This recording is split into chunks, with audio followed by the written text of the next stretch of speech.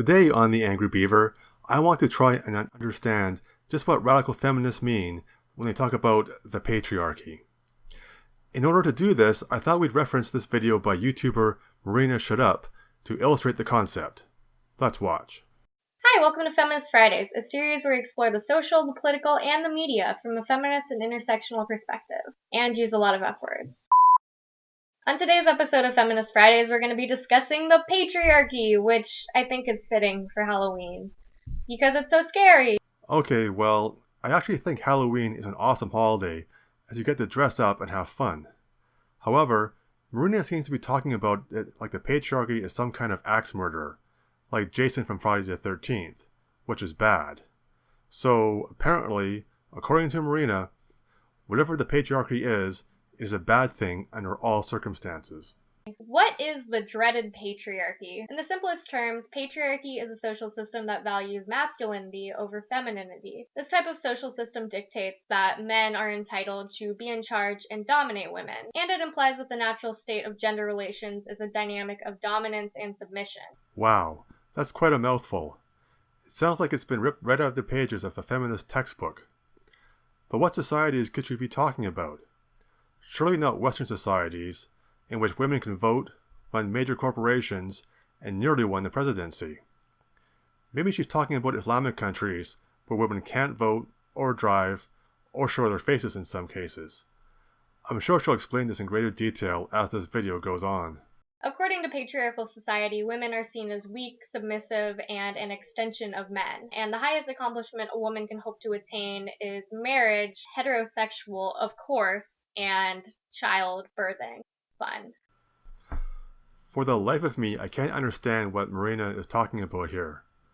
Western women are certainly not seen as weak and submissive, and I have no idea what she means by women are seen as an extension of men. Next, she, like all radical feminists, seems to attack the idea of marriage and raising children. Here's why that might not be such a good idea. Life is hard. Having a partner, someone you can count on, for both men and women, can make things much easier. Here's another hard truth. You are going to get older. You are not going to be young and attractive forever. Who is going to spend time with you when you are older, if not your kids? Here's an older feminist contemplating this.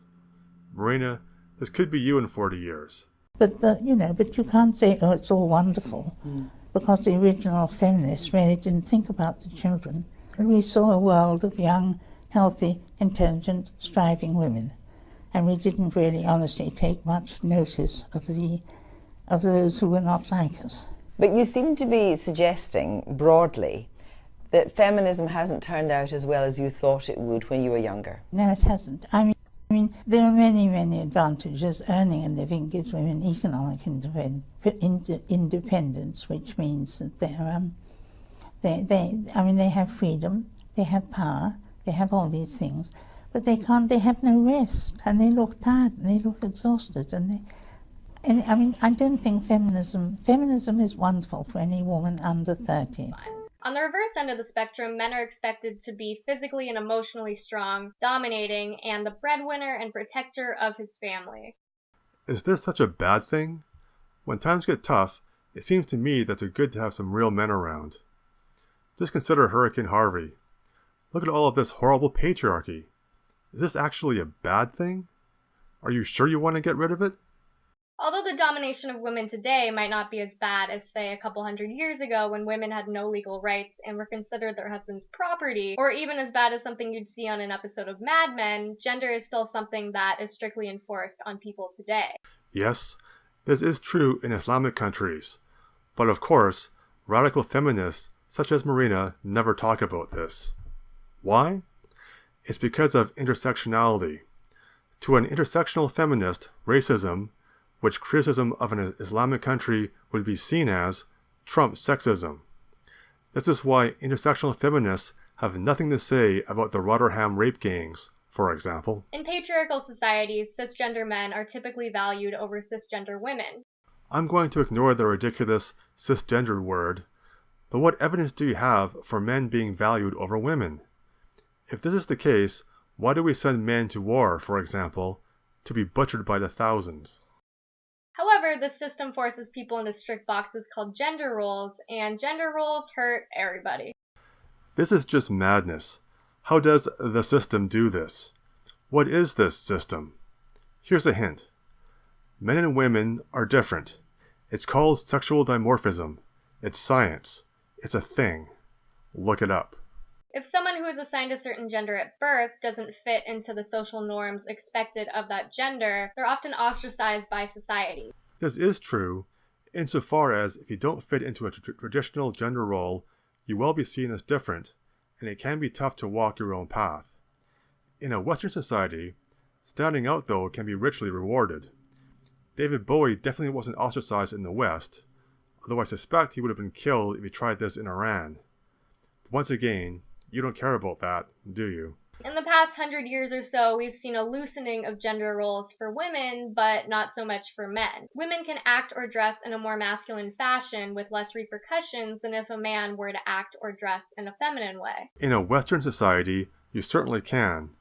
Again, not true in other parts of the world, but let's keep going. This stems from the valuing of feminine traits over masculine traits and the association of femininity with weakness. Femininity. That is the hardest word to say. It's more okay for a woman to act like a man, or whatever that means, than it is for a man to act like a woman. However, the patriarchy doesn't just harm cis women and cis men. It also hurts trans identities and anyone who doesn't identify with the gender binary. Being transgender is almost like the ultimate slap in the face to patriarchy and gender roles, because you're stepping outside of the gender that you were assigned at birth and saying, fuck that. A lot of transphobia that we see is based in sexism and the fact that someone is refusing to stay in the gender box that society put them in. Again, we see Marina attempting to make the case, with no proof, that identity is just a construct. But what if it isn't? What if, by attacking gender identities, you are in fact attacking some of the fundamental building blocks of your society?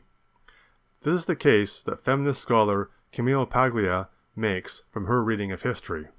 The movement toward androgyny occurs in late phases of culture, okay, as a civilization is starting to unravel, okay, and you can find it again and again and again through history in the Greek art, okay, you can see it happening. All of a sudden, okay, there's a kind of there's the sculptures of handsome nude young men athletes that used to be very robust, okay, in the archaic period suddenly began to seem like wet noodles, okay, toward the end, okay, and that the people who live in such periods, a late phase of culture, whether it's the Hellenistic era, whether it's the Roman Empire, whether it's the Mauve decade of Oscar Wilde in the 1890s, whether it's Weimar Germany, people who live in such times, okay, feel that they're very sophisticated, they're very cosmopolitan, okay, homosexuality, heterosexuality, so what, anything goes, and so on, all right, but from the perspective of historical distance, okay, you can see that it's a culture that no longer believes in itself, okay, and then what you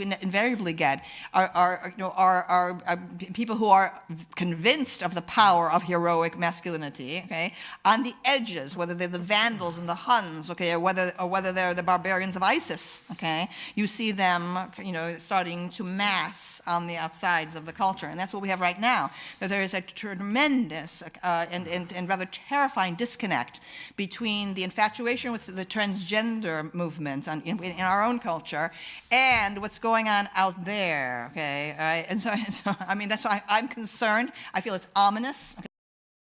Can we talk about the harmful things that the patriarchy perpetuates? Because there are a lot of them. Women are less likely to hold positions of power. There are only 27 female CEOs in the Fortune 1000, and only 18.5% of Congress is occupied by women. And you might say that more women should run or start their own company, but that's ignoring the reality that women have to face large amounts of discrimination and harassment simply because their gender is seen as less powerful or less credible. And the women that do gain positions of power often have to assert masculine qualities in order to be respected in their position.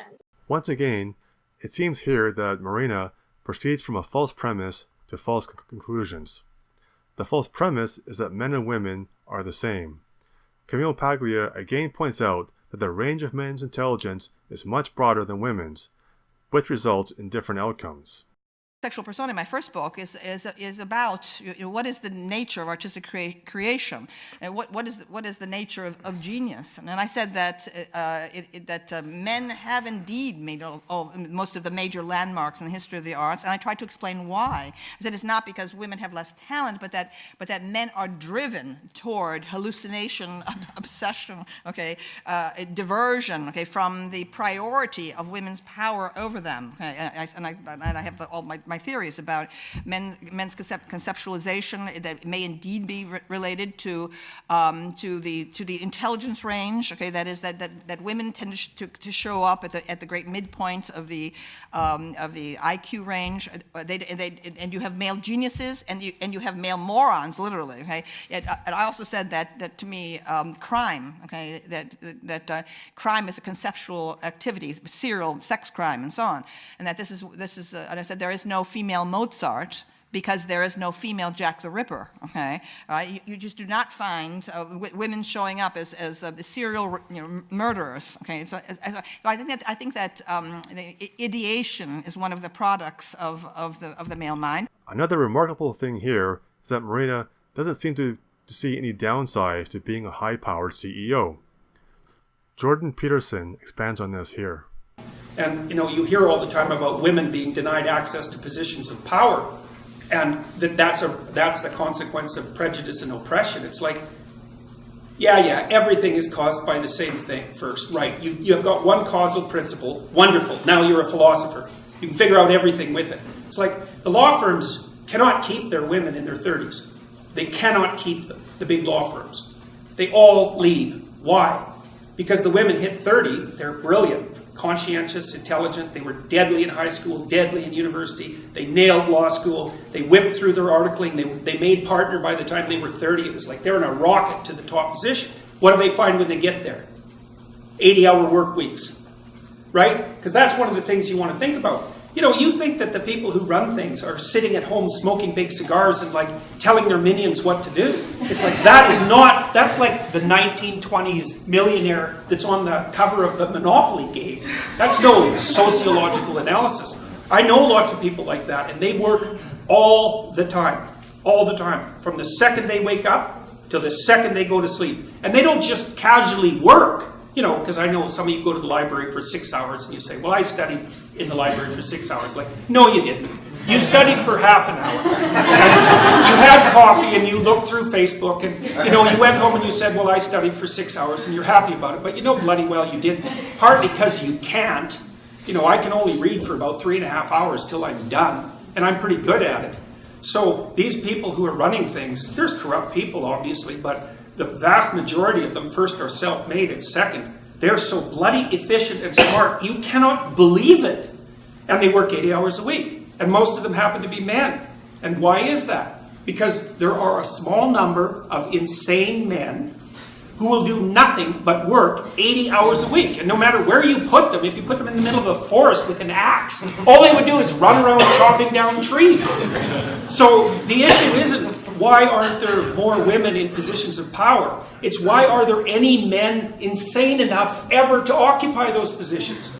Women are more likely to be sexually assaulted than men. Actually, men are more likely to be raped than you might think. But let's keep going. Women generally do much more of their share of parenting than men do because of gender expectations, often while also working a job. However, men face negative consequences of the patriarchy too. They're expected to be the provider of their family and face the pressure of being financially supportive. The patriarchy perpetuates the idea that women need the protection of men, which is one of the ways in which the patriarchy actually disadvantages men. At many points in time, men have been legally forced by drafts to fight in wars and risk their lives. Wait a second. I thought the patriarchy was set up by men to uphold their privileged places in society while suppressing women. But you seem to be saying here that men have set up a system that negatively affects them too? Men are such idiots. As for women, they've been actively discouraged by a society that doesn't see them fit for combat from enlisting in the military. Is it society? Or could it be that men and women are different and women aren't as well suited for the military? And the women that do are harassed, demeaned, and even sexually assaulted simply for having the audacity to think they can do the same jobs as men. Women are also less likely to be seen as criminals and are incarcerated at lower rates than men. This is because women aren't seen as dangerous. Once again, the patriarchy rigs the system to be against males? Men are either idiots, or maybe the idea of patriarchy itself is idiotic. It really makes you think. And when they are convicted of crimes, the defense claims that they must be mad because they're going against their natural womanly instincts. Going against their natural womanly instincts? I would like to see one court case that actually said this. It's also important to note that patriarchy isn't solely male-perpetuated. Just like how everyone is negatively affected by the patriarchy is perpetuated by everybody. Nobody is outside of societal influence, and we've all been socialized to have patriarchal views of gender and how people should be. So, everybody perpetuates the patriarchy, and it seems to be able to explain anything you don't like. Rather than having to do any real research on any topic, a radical feminist can just say, patriarchy, and be done with it. Something that explains everything explains nothing. What's important is that we actively challenge these views instead of just accepting them and work to make society a little bit better. Okay, thanks to Marina, I think we can discern what patriarchy actually is. As used by radical feminists, the concept of patriarchy is little more than a conspiracy theory used to explain anything in society they don't like. Rather than deeply evaluate any situation with facts and evidence, they are able to sound smart and hold on to their unfounded delusions by simply blaming the patriarchy. The cry of patriarchy means never having to deal with the complexities of the real world. Anyway, that's my analysis. What's yours? Do you think there is anything to the concept of the patriarchy, or is it as bogus as I think it is? Why or why not? Feel free to leave your thoughts below. Until next time.